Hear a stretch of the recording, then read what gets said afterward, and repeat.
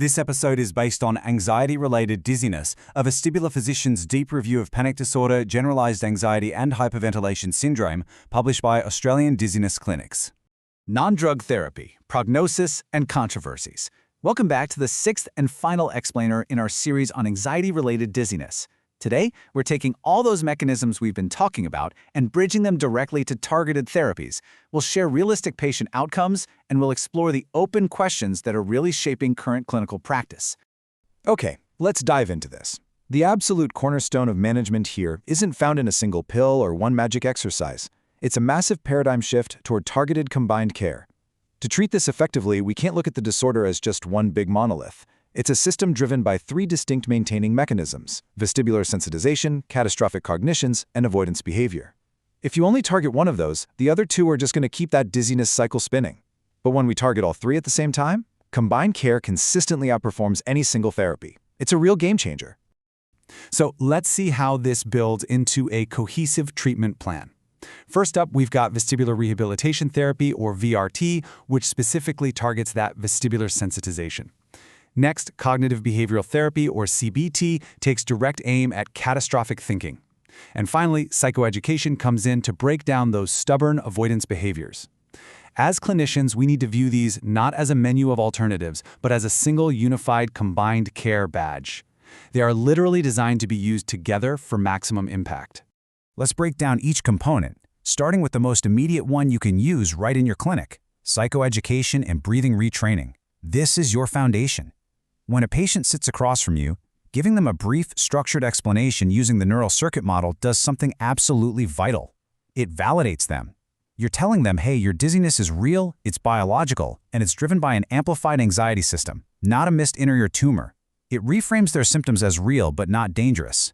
And for patients dealing with hyperventilation syndrome, diaphragmatic breathing retraining, just slow nasal breathing at 6 to 8 breaths per minute, rapidly normalizes their PaCO2.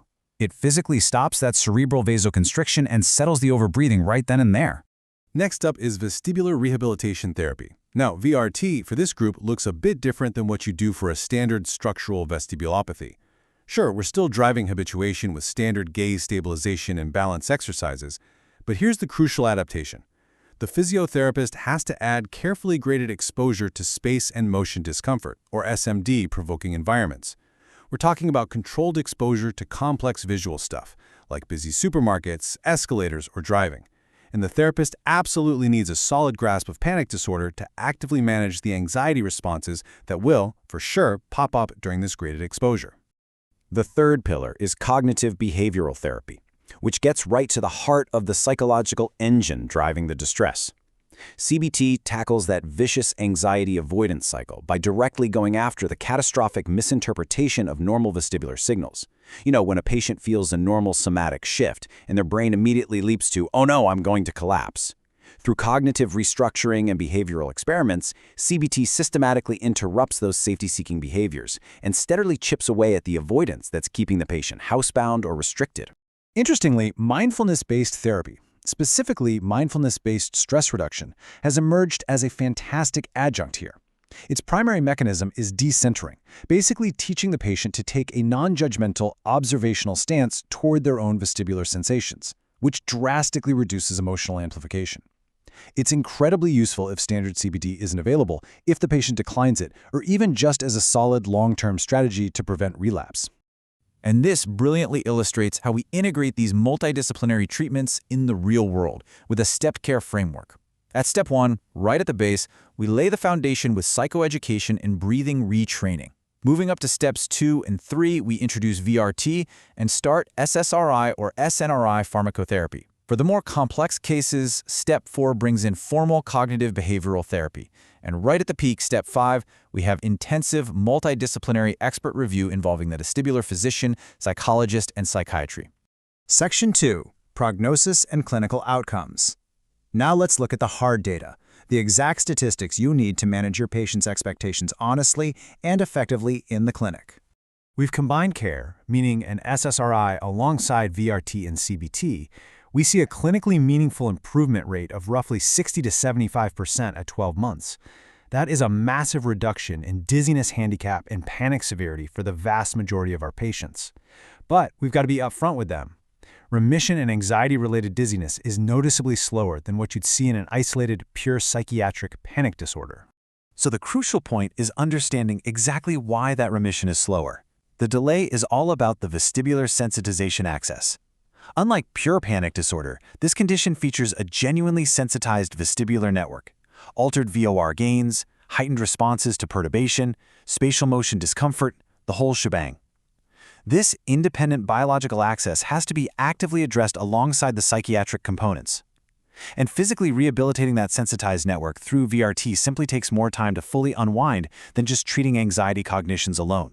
We also have to face a 30 to 50% recurrence rate over 3 years after treatment stops. This is a vital clinical reality. It means we can't just treat for temporary relief. We have to implement long-term management strategies, keep communication lines wide open, and prepare the patient for the reality that managing their vestibular anxiety network is an ongoing journey. Building on that data, here is a massive clinical caveat that recurrence rate skews much, much higher when patients fail to fully resolve their avoidance behaviors during treatment. If your patient feels better but still refuses to drive on the highway or walk through a crowded mall, their vulnerability to relapse is huge. This perfectly validates why integrating behavioral therapy alongside medical management is an absolute necessity. If the avoidance persists, the disease process is merely paused, not resolved. Section 3. Controversies and Open Questions. Let's shift our gaze forward and look at the active research and the ongoing debates that are shaping this highly specialized field today. There are 3 major open questions right now. First, what exactly is the overlap between anxiety-related dizziness and persistent postural perceptual dizziness, or PPPD? Those mechanistic lines are getting increasingly blurry. Second, what's the optimal sequence for introducing drug versus behavioral therapy to maximize patient compliance and outcomes? And finally, a huge safety point, the immense value of continuously reviewing the diagnosis and re-imaging if the clinical picture changes. We have to be certain we haven't missed an evolving structural lesion. I want to leave you with this summarizing quote, which really hits the nail on the head for this entire module. The future of anxiety-related dizziness management is integration, a co-designed program that addresses vestibular sensitization, anxiety cognitions, and avoidance behavior simultaneously. This isn't just about making a bunch of sequential referrals and hoping for the best. It's about crafting a unified therapeutic narrative where VRT, CBT, and psychoeducation beat any single therapy, hands down, when you utilize them together. So, always review your clinical diagnosis and reassess whenever that picture changes. The next time you see a dizzy patient, ask yourself, are you just treating the symptom or are you rehabilitating the entire vestibular anxiety network? That completes the series. Revisit the full literature review and clinical cheat sheet at AustralianDizzinessClinics.com. For additional resources, including the full literature review, clinical cheat sheet, and patient leaflet, visit AustralianDizzinessClinics.com. Please subscribe to support the channel.